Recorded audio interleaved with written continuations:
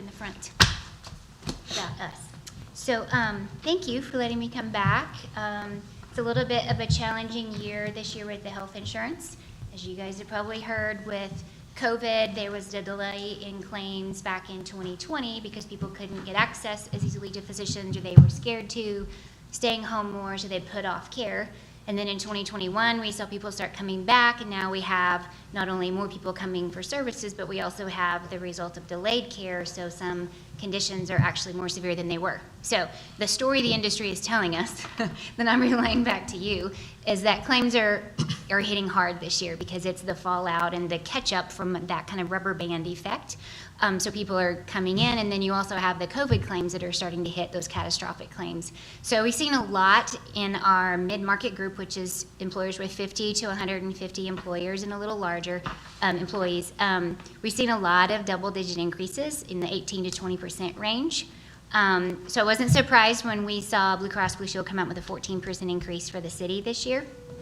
We sent it out to market to all of the health insurance carriers, which there's a list actually behind tab 2 if you want to just flip to it. So Aetna, Blue Cross, Cigna, Community Care, United Healthcare, and we also sent it to the Oklahoma Municipal League. They have a self-funded health plan that cities can be a part of if they accept the risk. And all of those other companies actually declined because they said they couldn't compete with the renewal numbers that Blue Cross was offering. So I have no other competitive quotes, which makes it difficult for me to do my job, which is trying to get you the best price from your current carrier and leveraging that market to negotiate down your renewal. So I talked to him about your claims. An 82% loss ratio is where we were when the renewal was calculated. We'd like to see that ideally back down around 75%. And then also there were quite a few high claims, actually quite a list, over a dozen that are still on the plan and still looking for potential high costs in the coming year. So for that reason, what type of claims?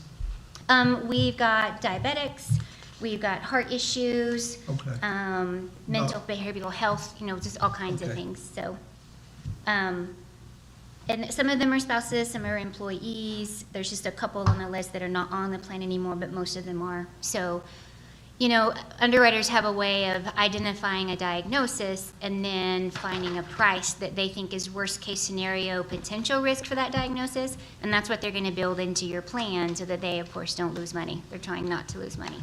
Not that Blue Cross isn't making money, but at the end, that's again what they're trying to just prepare for. And without another insurance company that's willing to play and come in and offer you something more competitive, it makes it challenging for us to come back and leverage them down. So I tried. I said, surely you've got at least a few percentage points in there for cushion. You were expecting this. And as late as 4 o'clock this afternoon, they were still telling me no. So that's where we are right now. If you want to see what those numbers actually look like on paper, you can turn behind tab 3 there.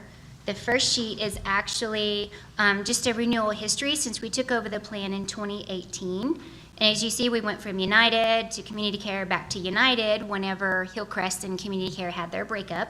And then we went to Blue Cross Blue Shield back in 2020. If you take the average of all those decreases and increases over the years, since 2018, the average change total for those years is still just 4%. So even though this year is significant at 14, if we look over the last several years and combine them all together, you're still just 4% higher than you were back in 2018, which kind of in the big scheme of things is a really positive number. It's actually lower than last year, isn't it? Actually, last year was an 8% increase. Okay. It started at 21, and we were able to get it down to 8. Okay. So yeah, initially it was lower, but then we were able to negotiate it down. And that's why I was optimistic. The year before in 2020, it started at 14, we got it down to 6. 2019, it was 13, we got it down to 6. I mean, that's just I can usually say, hey, we can get 4 or 5 points off that just by asking, but they are not budging this year. Any questions about that? You want to look at what the rates are going to look like? If you just turn the page, not to the tab, but the page, I have a comparison of your current plans in the center. There's 2 plans that are offered, one with their preferred network and one with the Advantage network. both with just $500 deductibles. The preferred network is literally just a tiny bit bigger. When you lay them over each other, we usually see a 97 to 98% match in providers that are in the contracts for those. So my thought is, if you look at the cost down below in the blue section where it says premium, the premium for the blue preferred currently is $536 per employee. And if you look to the very far right column, which is the Advantage renewal, the premium per employee is $544. So if individuals migrate from their preferred plan to the Advantage plan at renewal, they actually aren't going to see a significant change in their cost at all, but their out of pocket for the year actually drops in half. On the preferred plan, when we sold this to you guys 2 years ago, we were concerned that the Advantage network wasn't big enough and sufficient, especially out here in rural Oklahoma. Well, they've strengthened it, and so now we're finding very little disruption for employees to move from preferred to Advantage.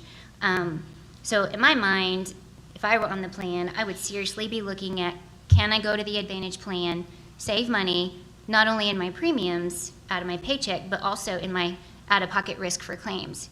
$1,250 in out-of-pocket maximum, that's the worst case scenario claim spend, that's lower than the average deductible, the starting point. So your ending point is lower than where most plans start. So it's a very, very rich plan. And we can look up physicians for individuals to see, you know, if they've got a doctor that they're concerned about, like maybe a specialist, to make sure they're in that network before they make that change. But the employees have that choice. They would have the choice. So if they want to pay a little extra to keep a particular physician, they could. And I can actually have requested a disruption report from Blue Cross that would identify those physicians that were used in the last 12 months, so I can tell exactly who might not be in this new network, and then we can target those employees and make sure they know. Okay. And then down at the very bottom, just a reminder, so our broker fee is $18 per month per employee that's enrolled on the medical plan. So that's not included in the premium. That's separated out from that. So our compensation has nothing to do with who chooses what plan or, you know, how high your premium goes. It's a set amount just for the service. The only change on the actual benefits themselves, if you keep the plans you have now and allow them just to roll over, is the urgent care benefit across the board in these group size plans with Blue Cross. They're all going to a flat $50 copay if you go to the urgent care. And that should pay for everything that you have while you're done there, as long as you're in network, all your labs, x-rays, anything that they would bill out of that urgent care visit. So just one minor change, even if you renew.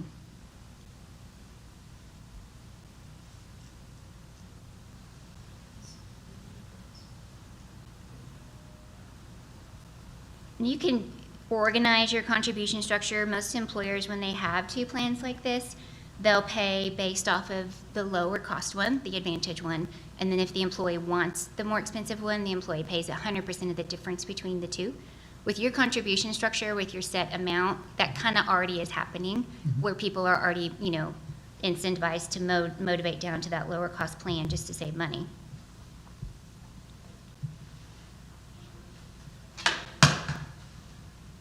If you want to look just one page, flip just the sheet of paper, I did go ahead and show you the next least expensive plans, both in the preferred and the Advantage networks with Blue Cross. These have $1,000 deductibles and $3,000 out-of-pocket maximums. And then just a little additional copay. If you go inpatient and stay overnight at a hospital, there's an additional $300 or $750 copay for those. That's really the only difference in those plans, and that would get the overall monthly premium down to a 6% increase. So doubling the deductible, more than doubling the out-of-pocket on the Advantage plan, and you're still just at 6%.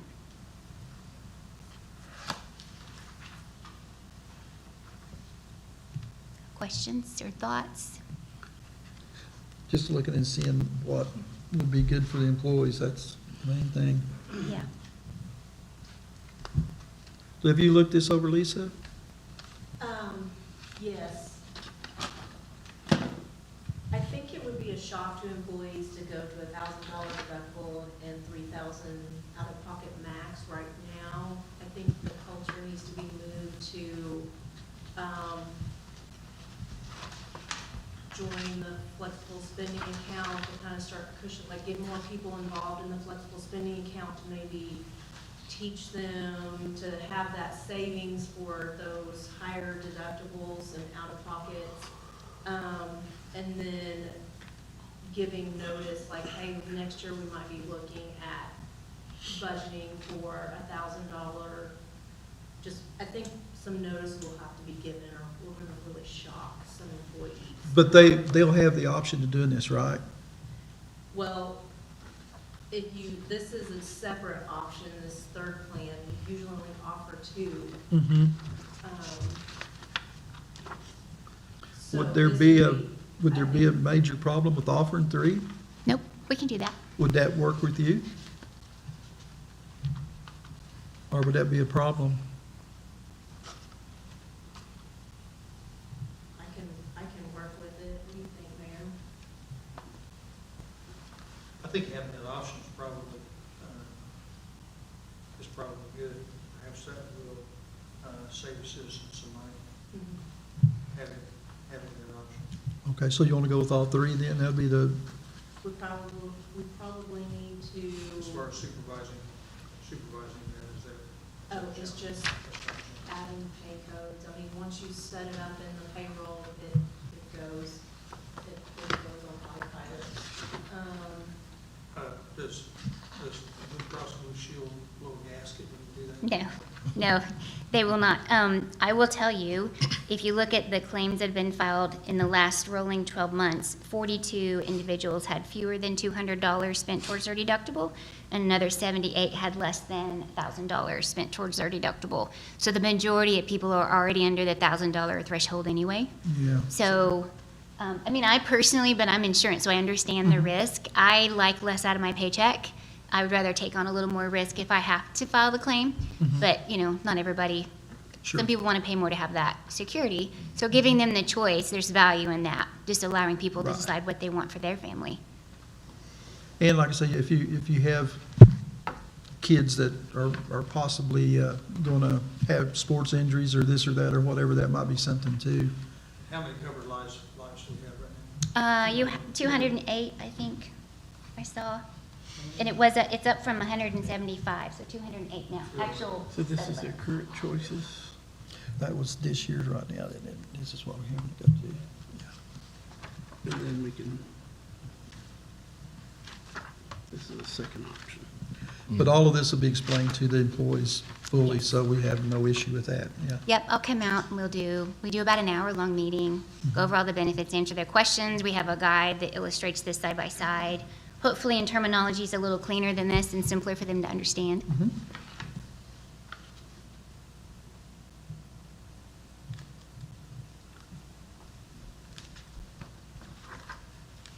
We're fine.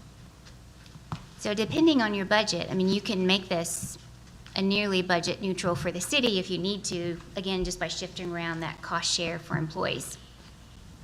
That's at your discretion, you know, of course, but that's always an option.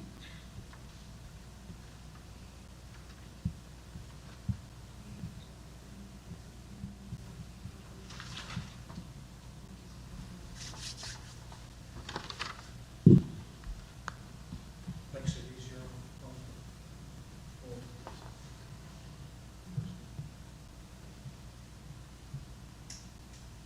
Each family's probably going to have different needs, so depending on if you're young and single and not having any problems and things like that and everything, well, then you might not want to go with the more expensive plan, but if you've got 6 kids and they're all time in and out of somewhere, maybe you might want to, you know, Yeah. go with a better, with a higher plan, I'll put it that way.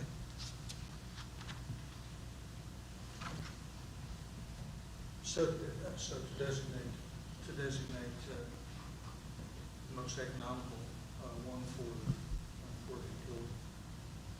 if we designate a basic plan and the other two as buy-ups, then the deduction structure changes.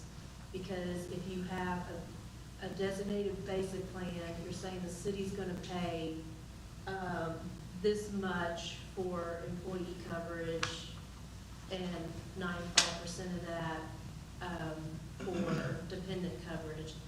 And then if you choose one of the other two plans, you're paying the difference from the basic plan. Right. And it's about a $50 spread. So from the $1,000 Advantage, let's just say $497 to round number, the $500 Advantage jumps up to $544, so roughly 50. And then to jump on up to the preferred 500 renewal is $600. So there's about a $50 spread between each plan, $50 $100 jump. total per month for each individual. Of course, the family, it gets more significant.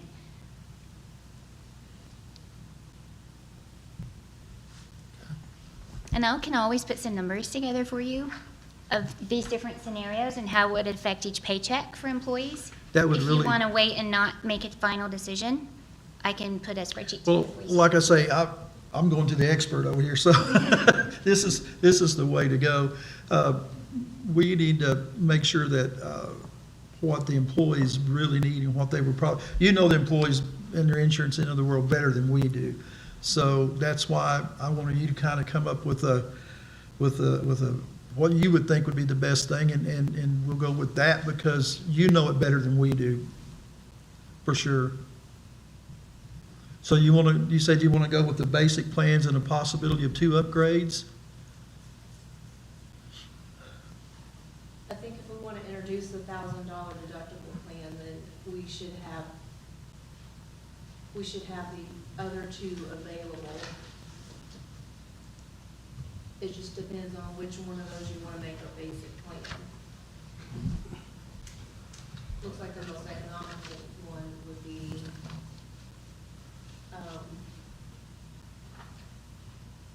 for the city would be the $1,000 deductible.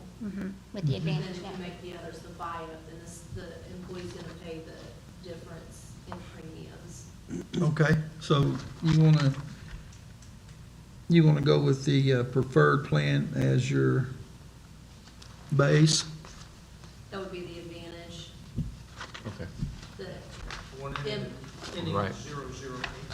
Or, excuse me, I'm, Show you this one. That one. yeah, okay. Yeah, the Advantage plan. Too many numbers. As the basic. Well, I was looking at this other page over here, and it says Advantage over here too, so I was trying to figure out what the, Yeah, the Advantage on the front page, that's the one you have now with a $500 deductible. If you flip to the second page, that Advantage jumps up to a $1,000 deductible. right, and it's still called the Advantage. Uh-huh, Okay. yeah, That's what threw me. yeah. I thought it might be a So third name there So for it. this is the one that they're thinking, Would be the base plan. And then these other two on the page previous to that would be your buy-ups, if you want to buy up. That gives the employee a basic plan of a 6% increase, but then there's a 14% increase for the other two. so these two would be the buy-ups. Right. You're right. Yeah. And it'd be about $50 a jump.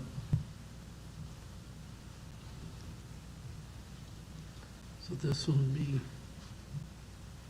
yeah. Plus 50, roughly, Mhm. roughly. Mhm. Okay, that sounds good. Okay. Because I said, if someone's young and they're single or whatever, and they don't go to the doctor that much, they probably will stay with the basic plan. Somebody's getting older, somebody's got a lot of kids, they may want to upgrade. That would give them 3 options to play with. Our statistics of the plans indicate that that's probably the best bang for the buck for the city, Yeah. for all citizens. A lot of people aren't using it very much. Right. But a few people are, and that's typical, we see that, like, it's 90-10 now, it's not an 80-20 rule anymore, it's 90-10. You know, just my perspective, like having been a single mom and having to pay full price for one child, I would have taken the least expensive plan I could get my hands on. Sure. Because, young and healthy, and just needed grocery money. Yep, and the flex pay, you could start putting money into that too. And that way you'll have money if you do have to pay more for the deductibles. Yeah. Yep. Did many people opt for that last year? There were some, there were not a ton of them. We have about 25 people But Okay. it was new last year.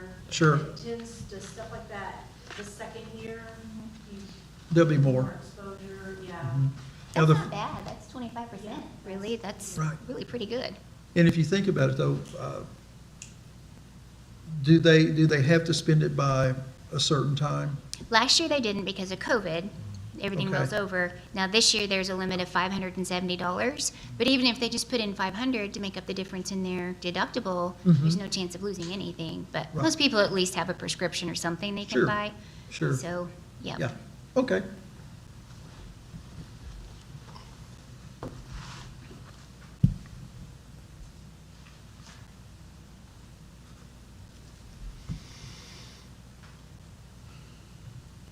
I think we're good there. Okay, do we need to move on, or do you need to? Actually, what we want to You need to vote on this one, right? do, We vote on this one? yeah, Yeah, okay. I think. I'm with you now. Okay, I guess we need to take a, Unless there's more information, Not on the health insurance. Yeah. The way it's listed there. then we can vote on this one. yeah, I guess we can vote on that. Okay, so we voted on making it basic and then 2 upgrades. Okay, any more discussion on that? All right, call for the Let's, vote. We need a let's go ahead motion. and identify those plan numbers. Oh, yeah. Okay, So the basic would be the one ending in 07. 0082. yes, sir. And then 0072 would be the next one, and then 0012 would be the premium at the top. Yes. Okay, Yeah. We don't have a motion yet. Motion. Wait, what was the basic one? What was the number? it's here 0082. Second page on the Okay, right. all right. Second. Okay, you want to second the motion? I did. He did. Second. Okay, and so discussion, and we've had that. Okay, call for a vote? Nance, Yes. Gantier, Yes. Shropshire. Yes. Okay, I'm with you now. Okay, the next one, discuss possibly recommend council action regarding renewal of Citigroup life and dental insurance. Call, need a motion. Motion. Motion? Second. Motion is second, discussion. So these are lumped together. They're what we call ancillary plans, so they're not health insurance, they're the other insurance, right? But they're still paid 100% by the city. Okay? So it always kind of throws me when I see them clumped together the way they are, and that's why. So the dental renewal is behind tab 4 with Delta Dental. No changes at all to premium, cost, benefits. You could keep that as is for another 2-year rate guarantee. Or, right now, you have a $1,500 benefit maximum. That means if someone goes in for a root canal and a crown, Delta's gonna pay $1,500 at most for the entire year, and then they have to pay the additional, right? So just with the cost of everything going up, I started this year just blanket all of my customers saying, what would a more rich benefit on the dental plan look like? Just so you know. So for 11% increase, the premium would go from $31.52 to $32.78. We could increase that maximum to $2,500, both for the regular dental care and then also for the orthodontia for kids, for braces. So, I mean, it's a choice, So we're looking around totally up to you. $1.25 premium difference, huh? Yeah, for another $1,000 worth of benefit per person. That seems pretty good to me. Or you guys, I've had requests for people wanting to know if we could up the benefit for dental.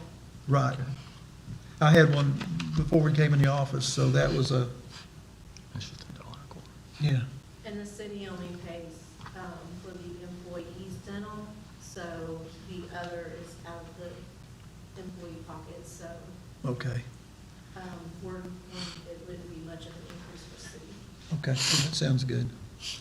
Any discussion here? Not for me. Okay, so I guess we were looking at going with the upgrade. I don't see, they just called it, I would just say the $2,500 benefit plan.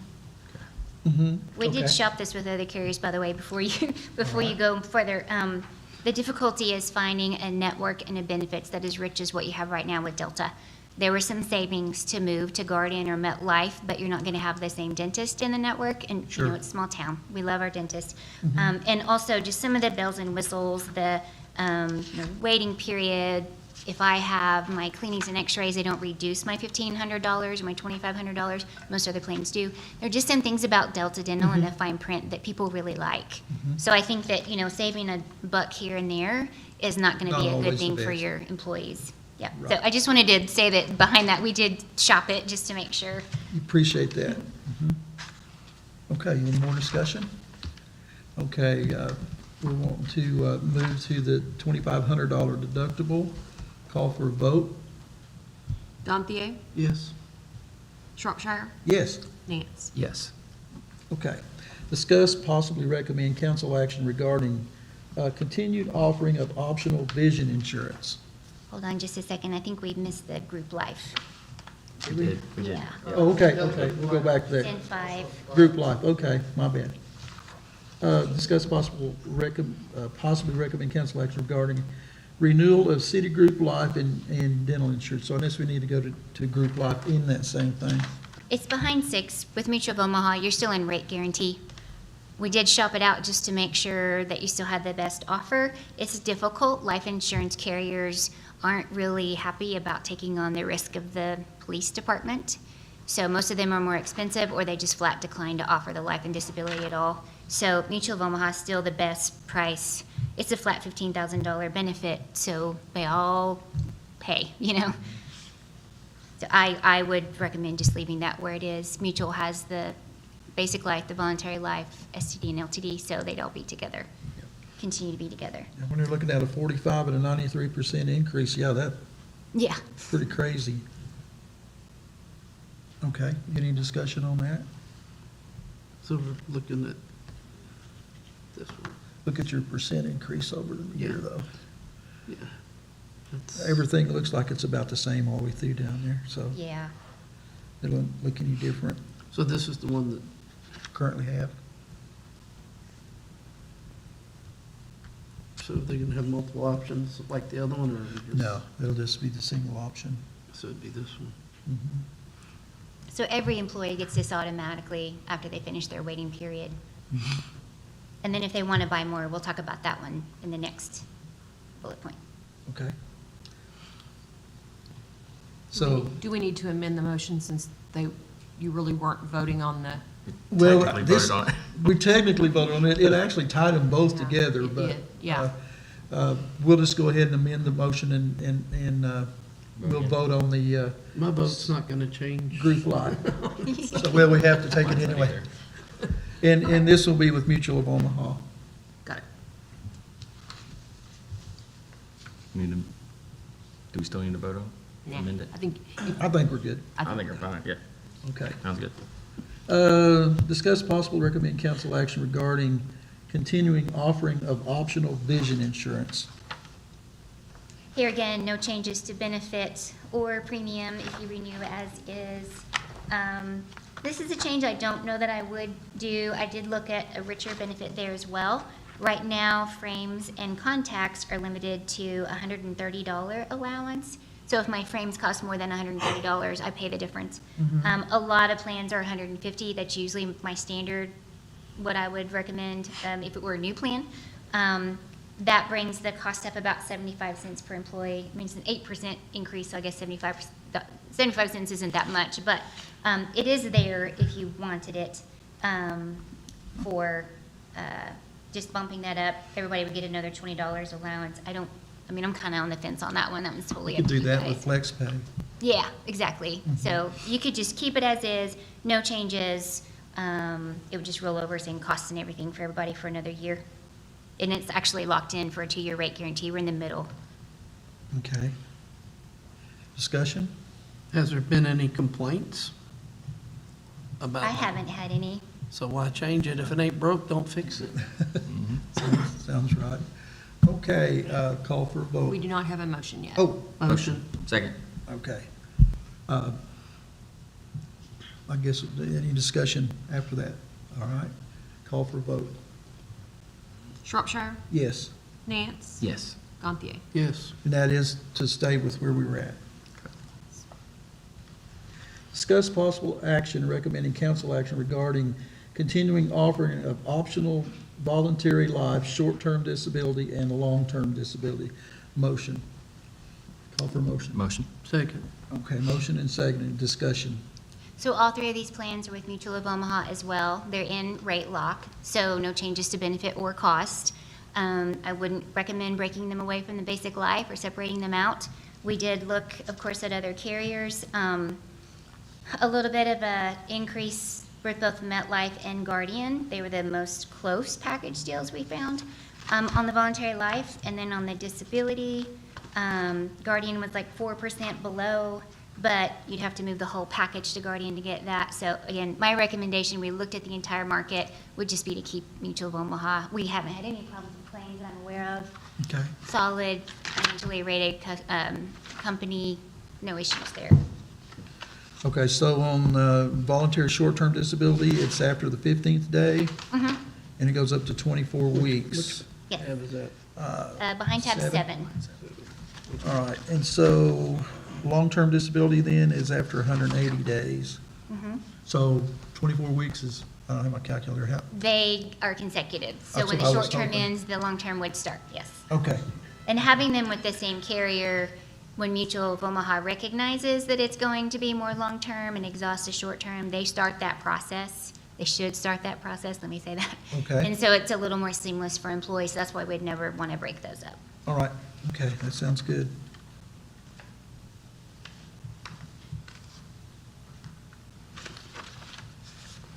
I'm sorry, could you say it again? Her phone, I'm just kidding. It was such a long silence, I thought I better say something. Oh, gosh, that was I'm good. just happy it wasn't me. You still never look, there's a chicken. Yeah. All right. Okay, we've got voluntary, Volunteer. short, voluntary, long, and I don't see anything on the, we were talking about life insurance here, voluntary life. I think that's a, Oh, I'm sorry, it was behind 6, Okay, behind the basic life. No changes, no change in benefit or cost. okay, there it is, okay. Yep. I was looking at those two, and I was thinking, where did that go? I just what I highlighted there was just it's a richer plan than any of the quotes we got, so Okay, it's a really nice benefit, actually. okay. Any discussion? Remain with, do it stay with the same, Mutual of Omaha? Okay, call for a vote. Nance, Yes. Gantier, yes. Shropshire. Yes. Discuss possibly recommend council action to reverse its decision on April the 5th, 2022 to change worker compensation broker carrier. Motion. Need a motion? Motion. Second. Motion and second, discussion.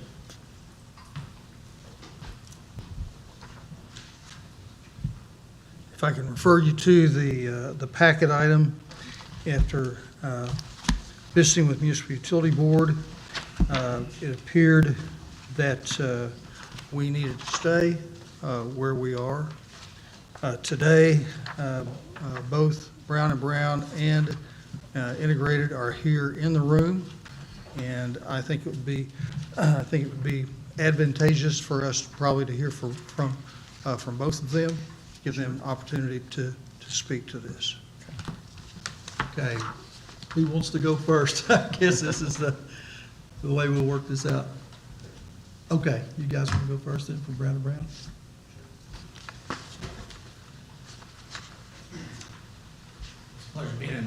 Pleasure being in front of everybody again.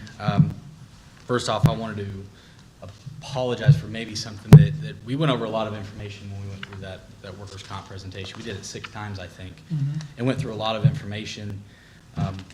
One of the things that I may have failed to kind of delineate was that when we did this review, we had 2 different plans of actions to save the city money. One was a return-to-work program, and completely separate and in and of itself was that safety credit. Usually, those 2 go hand in hand, but they're not necessarily tied together. I may have not done as good of a job delineating the fact that those 2 are 2 separate items, so I will take responsibility for that. I apologize. When we, kind of some discussion points that we talked about, when we did that policy review, just starting with that 10% credit, It was missing in 2020. That was a $42,000 savings that we believe is on the table, and last year was $29,000. So over the last 2 years, not having that 10% credit was a total of $71,000 that, in everything we can see, could have been applied. When you take a step back as a layman, not being in the insurance world, when we look at a policy and you don't have that credit, that tells us that you don't have a safety manual, you don't have safety trainings, you don't do safety meetings, and it's just kind of we're going by the wind. And we know that's not the case.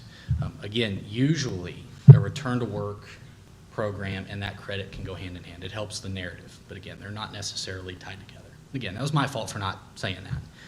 But looking at the policy without having that credit tells us that an underwriter is thinking that they don't have these programs in place.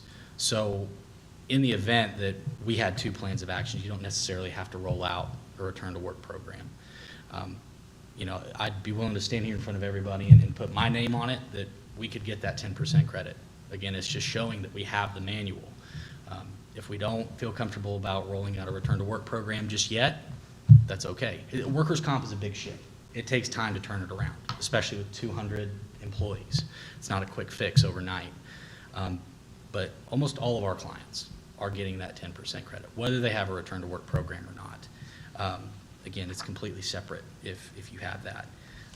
And we know that you all have the safety manuals. You have foremans for each division. You have the safety trainings in the toolboxes. Again, I'd put my name to it that you guys should be receiving that 10% credit, whether you have the return to work program or not. And again, just over the last 2 years that we looked at, that's a $71,000 overpayment that the city's had. Some of the other things outside of that we talked about was in helping you all improve the claims handling. You know, we have in our office a dedicated claims manager. You know, kind of from our conversations and maybe what we've gleaned from some information is that a lot of that's being handled by the city. We would step in and help file the claim, get the adjuster's contact, deal with the adjuster, and then once a quarter, come out and do quarterly claims reviews. Here's how many claims we've had this quarter. Here's how many are closed. Here's how many are open. On a bi-weekly basis in our office, we have claims meetings. We sit down with our claims analyst and we go through our top 10 accounts, each one of us. I do, Tommy does, all of the producers. You all would certainly be in the top 10%. So bi-weekly, we would be going through that. And it just kind of seems that right now, that's all being left internally. And that's something that we can take off your plate and help out and kind of free up some time here at the city staff. You know, every month, again, these are kind of what I'm gleaning from the meetings, that each month we would provide the board, the mayor, a loss run report. So at the beginning of every month, and these are all services that, again, we do for our clients. All of them are getting that. It doesn't seem like it's being done now. Every month you'll get an open claims report. How many's here? How many's there? What has this month done? And then again, in the quarter, we'll roll it out and look at a 3-year snapshot. That would be provided to the board. And we'd be more than happy to come to any board meeting we need to and go through that. Again, we talked about the quarterly review of the claim status, so you all know exactly who is due for their claim to be closed, who might have to go to the doctor, so everybody's on board. And if there's even potential litigation, there's early indications that can happen, you all will know, instead of just being sprung on at the last second that, oh, well, now they have an attorney.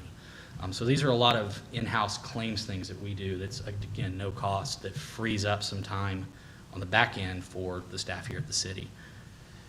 And finally, one of the things that we really specialize in is midway through the year, going through and projecting that modifier out 6 months in advance. So in December or January, we'll have the meeting to where the city can already budget for what the renewal is going to be. We talked about that in March. You guys 5 months from now should expect this. We do that for almost every one of our clients, that here's where it is, here's what it's going to be. That will give you all 7 or 8 months, since it's an August 1st renewal, to kind of budget for the renewal coming up. And kind of going back to the return to work, I know it can seem scary at times. We could even look at a decision to bring in the carrier, CompSource, and really there's only one carrier that can do this, in all honesty. There's kind of a monopoly on the carriers. So from a pure business perspective, there's competition between service providers, right? Our property and casualty is a whole lot different than employee benefits, just for cities. We don't have nearly as many carriers as the benefits folks would do. But being able to sit down with the carrier and go through each division and say, okay, what can we do here? Maybe there is a situation where a certain division or a certain department of the city can't have a return to work program. But let's leave it up to the carrier to at least give their recommendations, and then they can say, okay, can we do this or can we not? I do have some accounts that certain divisions don't have a return to work because their work is so unique that there's no real options to it. Okay, that's fine. They're still getting that 10% credit. I'd mentioned this, one of our accounts that's here in the area, we took that account away from another broker, 15, 20-year relationship, got them a 10% credit, and they had turned in over $2 million in claims in 5 years. It's a very large organization. Saved them $70,000 last year and saved them another $80,000 this year, just with that 10% credit. So again, I apologize for maybe not explaining that in better detail, that they had to be contingent with one another. They're not, but again, I'd kind of say that on top of all that, I think just from a pure business decision and pure just cost, there's a lot of things outside of a return to work program that we would like to provide that it just appears to me that's kind of left on the table right now. So I'm going to give my remaining time to Tommy, my boss, and he can kind of go back on that and kind of talk about what we did, and we'll open it for questions as well. So, Well, I say second, Kristen, good job. One of the things that, I really want to point out is that return to work program. You guys can't do it currently, I understand that, but just the quick example I have is I have a guy in the oil field that said they couldn't do it, and once their mod went a certain number, he sat in front of the window and he put a check mark on a piece of paper for every car that went down the road because he was going to put a board up. So it's once the cost gets uncomfortable, that's when most people develop a return to work program. Because there is something, you could even take your hurt individual and they can volunteer for a nonprofit organization here in the community, kind of build goodwill. So there's options that are available to help you guys out whenever it comes to that return to work. But Chris done a good job. He represents us very well at our agency, and if you guys would choose to hire him, he'd do a fantastic job for you. Thank you. Mr. Hawkins? Good evening, gentlemen.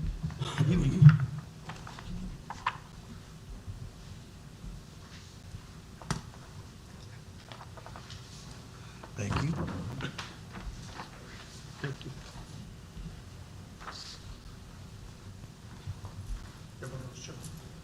Oh, that's right.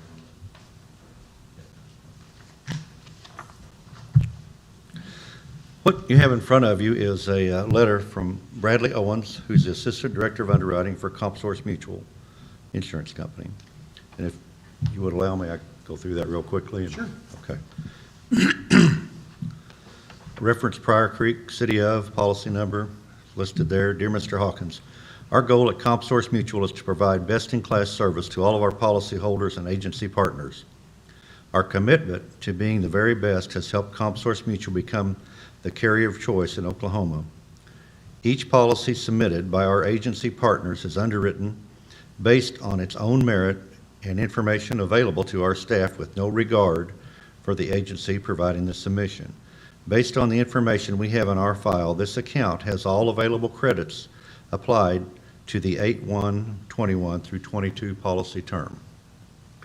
CompSource Mutual values our relationships with each of our agency partners as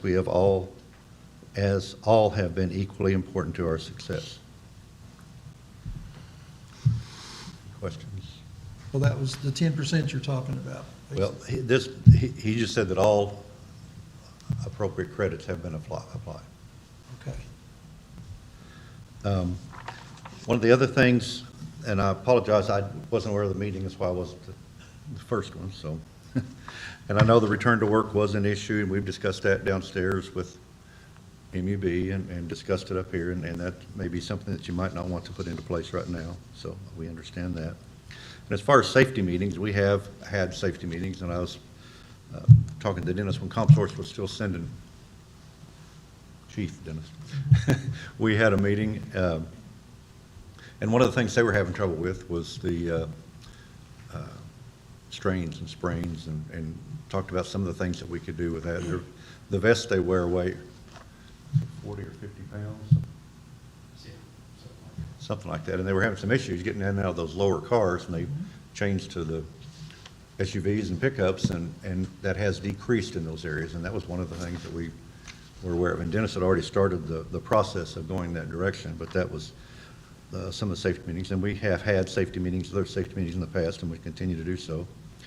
And quarterly claims and reserve reviews, so obviously can do that. And then we also have available for the audits, to where we can have the audits done. That would be at no charge to the city, Okay. like we have been doing. And from the information that was in the paper, it's almost like we have no contact with the city regarding that, and that's not the case. I mean, we obviously deal with claims if they get to be a point. We look at your reserves to see what claims are reserved, and we check that on a quarterly basis and see what is available out there, and how we can help save the city money. And if this goes back to 17, 18, we had a .91 mod, and then 18, 19, it jumped up to 1.22, and then we had some pretty big claims that got up to 1.49, 1.44, and then for the 21, 22, it's back to .99. And what that means is 1.00 is basically the base rate so anything above that, you're paying more, and anything less than that, you're getting a debit or a credit for it. So we've appreciated, the opportunity to work with the city, and I felt like we had good communications and continue to have good communications, because we, anytime. Are you guys doing the basically the reports and forms and the paperwork and stuff like that, and turning them into comp source at this time? Generally, Lisa, you're still filing the form 2, okay. She's doing the initial ones, but we certainly can do that, and it's just the way it had been done, but we can certainly do that. That's not an issue if that's. All right. Didn't know, just wondering. No, that's fine. That's fine. Is, John, is Utility Board also providing those forms? Yes, yes. So they're doing that stuff, they do that and also.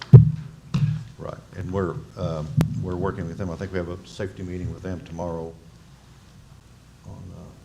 So as a result of that meeting we had the other day. So do we think that if we're turning in our information that they're having safety meetings, we have a safety manual, all that kind of stuff, that we could get that 10%? If that's available, that would be.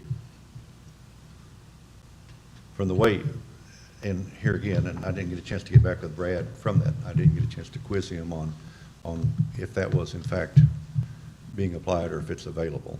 Okay, all right. But they would treat everybody the same. I mean, it would be, if you had it coming, they would certainly apply that. Right, you just have to have the information given to them or whatever. Right, and we've been working with the safety advisor pretty regularly on the city with some other things that we've been working on, so Okay. I think that would be an issue. Any other questions?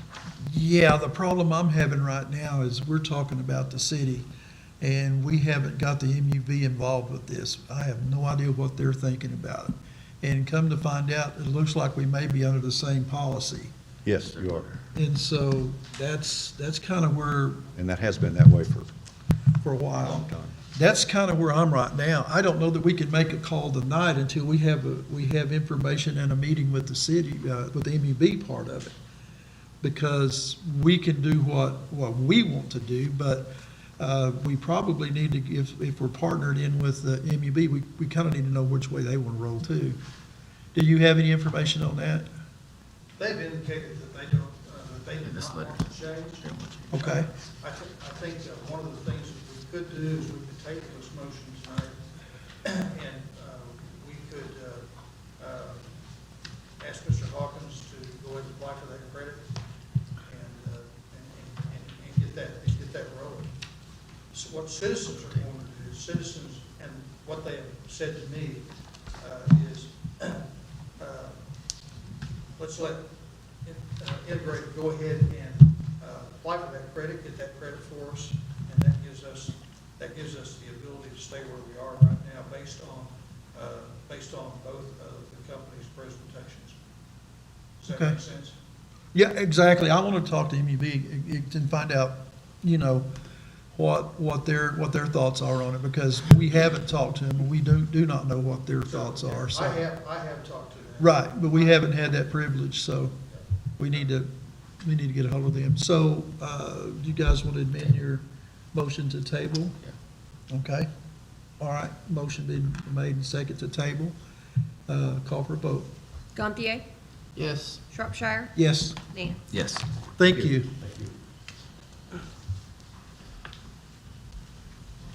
Okay. Now we're going to get into the fun stuff also. Discuss, possibly recommend council action regarding an ordinance limiting usage and parking of commercial vehicles, recreational vehicles, trailers, and mobile homes within the city limits of Pryor Creek. Call for a motion. Motion. Second. Motion's been made and seconded. Discussion. Okay, it looks like most everything has been covered in the UDO except for travel trailers. So that's, somehow it got omitted when everything was brought over from the old code to the new code. Is that the way you get it, Lisa? Oh, when the UDO, yeah, the whole Title 10 was X'd out, and then new stuff was put in without looking at, updates that were done in between that time, yeah. Okay. It looks like to me, and Councilman Gaudier here, he has really done a lot of research on this. It looks like to me that the parking of the vehicles, that would be 10-2-5. If you go down to G, it says parking and storage of trucks and heavy equipment. The parking and storage of farm tractors, bulldozers, backhoes, semi-tractor trailer combinations or semi-trailers or other heavy motorized dirt-moving construction or similar equipment is prohibited in all residential zoning districts, whether located on private property or within the public right-of-way. Okay. This prohibition on parking and storage of trucks and heavy equipment is not intended to apply to, so these are the exceptions to the rule.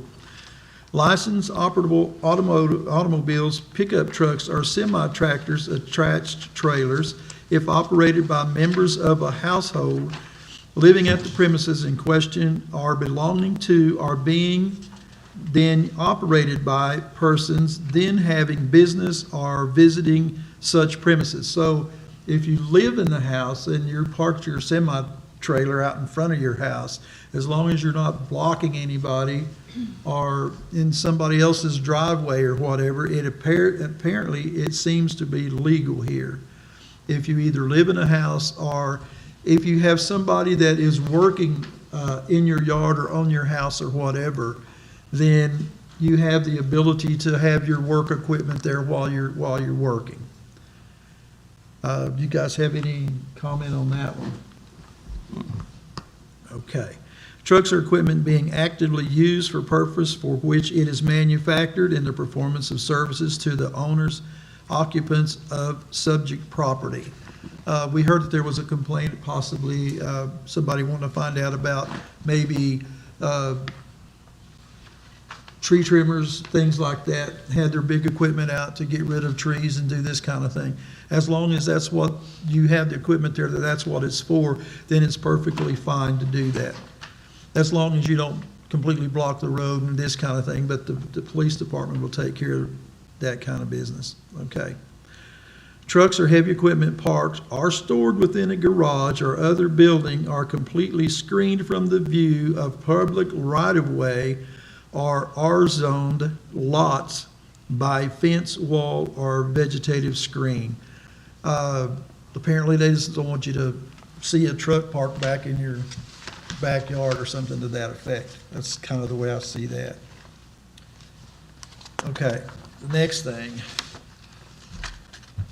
It says here in residential areas, it is unlawful for any person to park a truck or cover 1 ton capacity for more than 3 hours, consecutive hours on any street or alley in a residential area of the city. Now this is the part that I wish Kim was here to talk about. It looks like it sort of wants to contradict what we read earlier, because it said you could park a semi there if you lived in the house, but now it's saying that it's unlawful to park a truck over 1 ton capacity for more than 3 hours. So we probably need to have the legalities of that looked at to make sure that that's not contradictory. I think what it was is whether they're doing the work Mhm. or is it at a bona fide residence where the owner, because if the owner has it there, from what I read in some other places, and it seems to be okay, In that one spot, and then this one But- says, but this looks like, and like you say, it needs to be, but if you're just parking it, and I'm thinking this is something like if they're making deliveries and things like that, it's what it looked like to me, but there and again- that could be what, it just wasn't very, very plain. Also, of course, no hazardous materials or anything like that, unless you're delivering propane or delivering something to that effect. So we all know about no hazardous materials being delivered.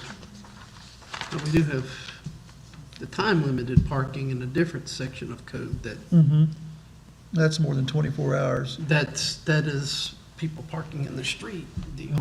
So that's a separate one. Right.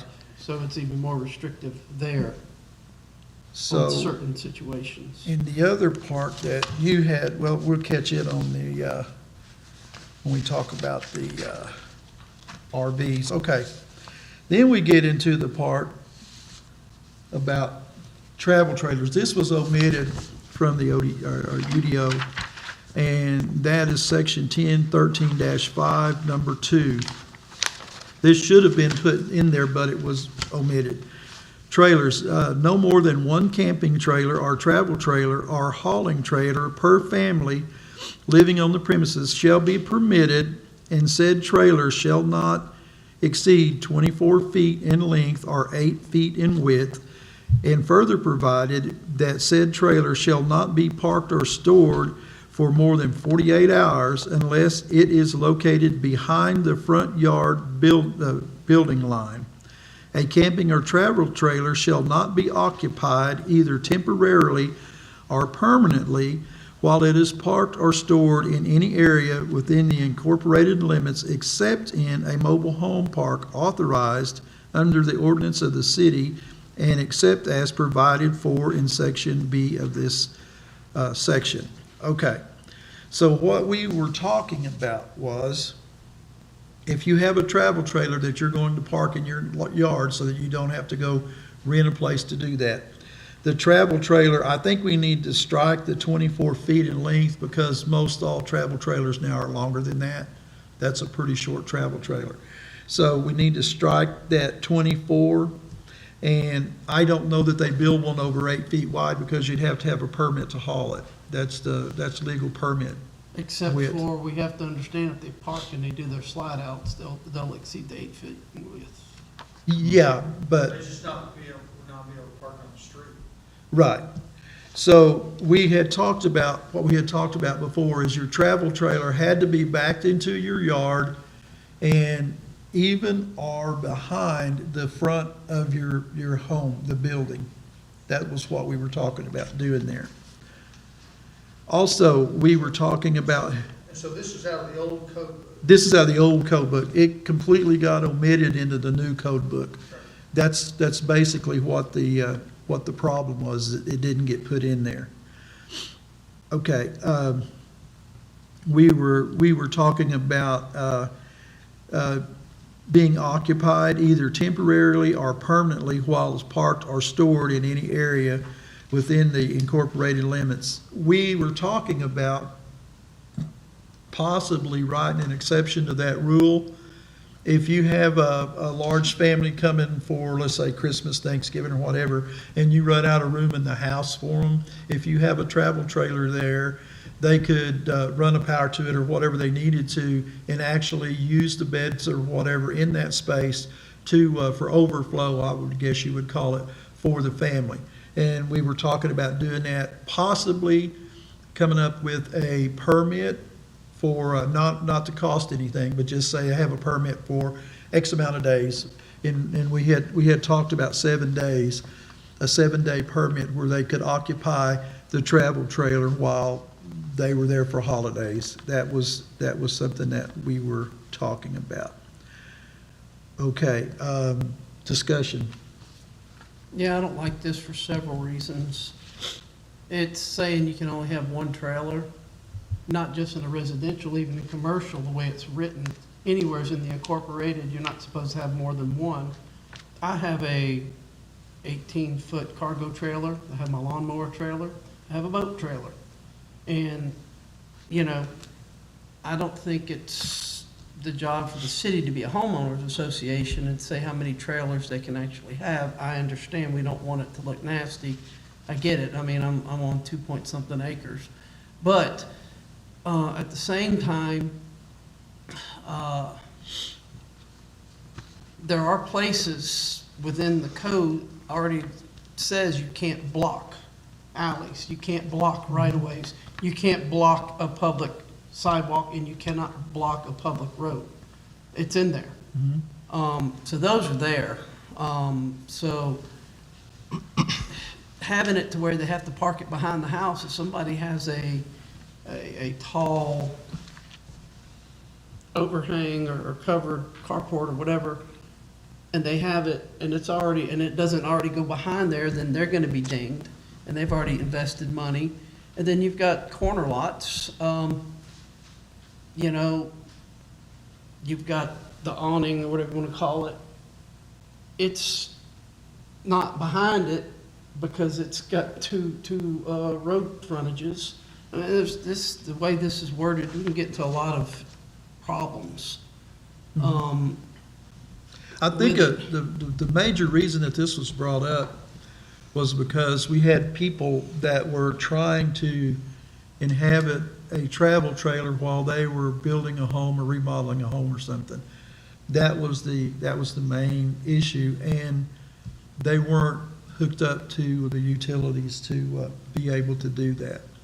So what they were asked to do was to take it to some place like Green Country or wherever and rent an RV spot to put their RV while they were doing it. I think that was where it really manifested. Do you have any information on that, Dennis? Yes, sir, if I can speak to that. Or Chief Nichols, I shouldn't say that. I'm Dennis. Just to tell you all and kind of bring you up to speed, some of the complaints that we've had in the past.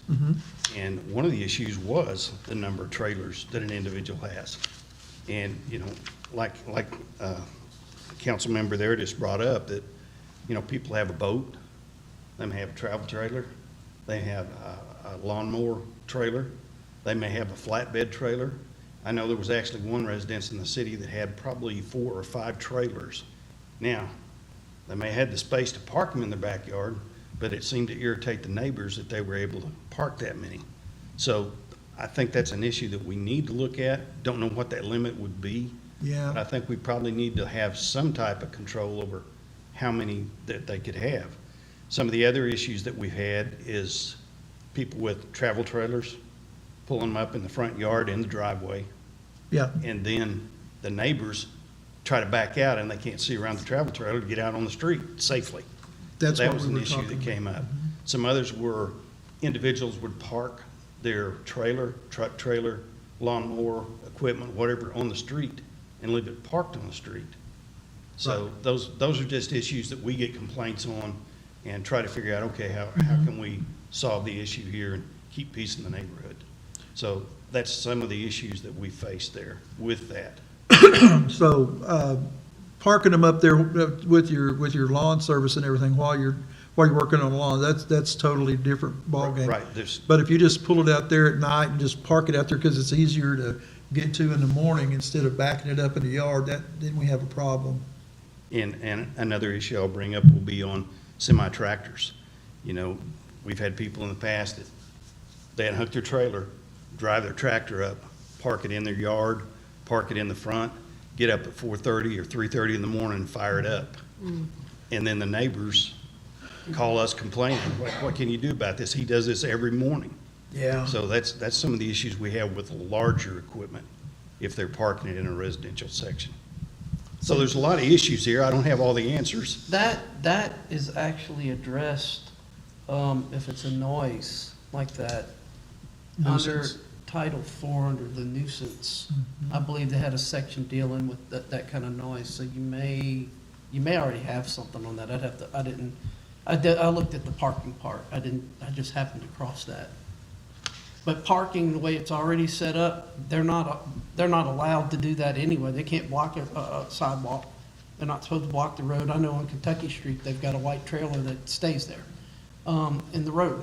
And it's not really blocking anything because it's a resident, but at the same time, it's not supposed to be there that long. So there are things already there that says they're not supposed to be there. Now, the travel trailer, and the number of trailers that someone can have in the location of one of these longer trailers seems to be the bigger issues, I think, that's coming about right now. I do believe the idea of having a limited amount of time they can stay, if they're not in a designated trailer park or something's fine. I do think the mayor should have the ability to waive that in a state of emergency if a tornado wipes out 400 houses. Because when I lived in Louisiana in 2016, 90% of the houses and structures in town flooded. And so we had to have, during that kind of an emergency, Right. to be able to waive it. If we lose 400 houses because of a tornado, we need to, just grin and bear it. But I don't like the way this old one is worded. So we do have, and you brought this to our attention tonight, Chris, we do have some definitions about unusual noises. So we have some definitions. I'm not sure that we need to create an ordinance that deals with every one of these individual issues. I do think that we should combine our definitions and combine the codes that we have, because obviously some of them were left out with the new UDO. So I think to table this, to send this back to Mr. Ritchie so that he can reconstruct based on gathering all of these things together, because I believe that we have enough. We have enough to establish the proper ordinance. I did not see, though, I tried to look. The parking, we pretty much got everything locked down already. We could put a blurb somewhere to make it easier for reference that would be an additional kind of a summary of some of this stuff to make it easier for the law enforcement so they don't have to go here or go there. I get that. But when it comes to the occupied recreational vehicle, the only thing I know of anything is they have to be in a designated RV type park already. And so if we were allowing to waive that so that they can stay the 7 days and 30-day consecutive period, I didn't see that anywhere dealt with. Because you can't live in it, but that's not living. So, if you look under, what section was it? It's 441 definitions, a nuisance, and then you go to public nuisance, B, and it says in addition to other public nuisances. And that's where it listed, and I think the noise was one of them, and it's probably in here. It's number 9 down at the bottom. Yeah. Yeah, so that was where I'd seen that one. It's there already. When they made copies, the second page with 10 through 26, they just didn't pick it up when it ran through the copy machine. It pulled 2 pages, but it really wasn't anything pertinent, so I didn't worry about going back, so. But that number 30 that I put on there was just a suggestion. That is not part of the code. But I do think when we look at it, I want to make sure that the mayor or his designee can waive that restriction during a declared emergency. Because I lived it in Louisiana, and it was bad. And, you know, we had FEMA trailers in people's house yards, and it just, So that's included in the definitions. And I guess my point is that we gather these together and we send them back to the city attorney and ask him to rewrite, including all these other items. I'll put together, or do you want to put it together, or, Whatever you want. doesn't matter to me. Have you got most of what we were talking about here, or do we need, I can get with you and we can. Yeah, we can do that. Okay, I'll get with you and we'll get together with that kind of thing, and then we'll send it back. So, do we need to amend our Table. motion to table? well, question though, we're all pretty well good with the parking situation. I think the parking situation, I think is gonna be okay.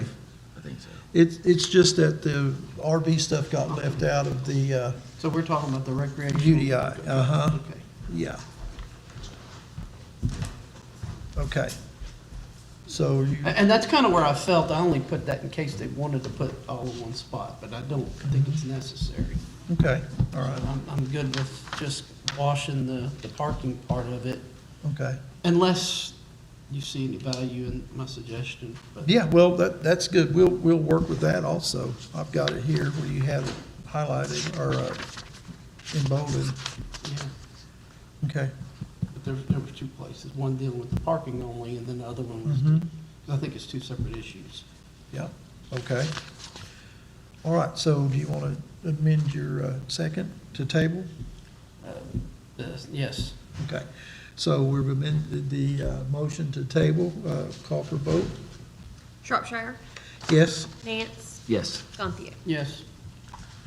Okay, so the meeting will be whenever we get all the information together and Mr. Ritchie gets a chance to work with it. Okay, I'll entertain a motion to adjourn. Motion. Second, Motion is made and seconded. Call for the vote. Nance, Yes. Gantier, yes. Shropshire. Yes. All right, meeting is adjourned. Thank you.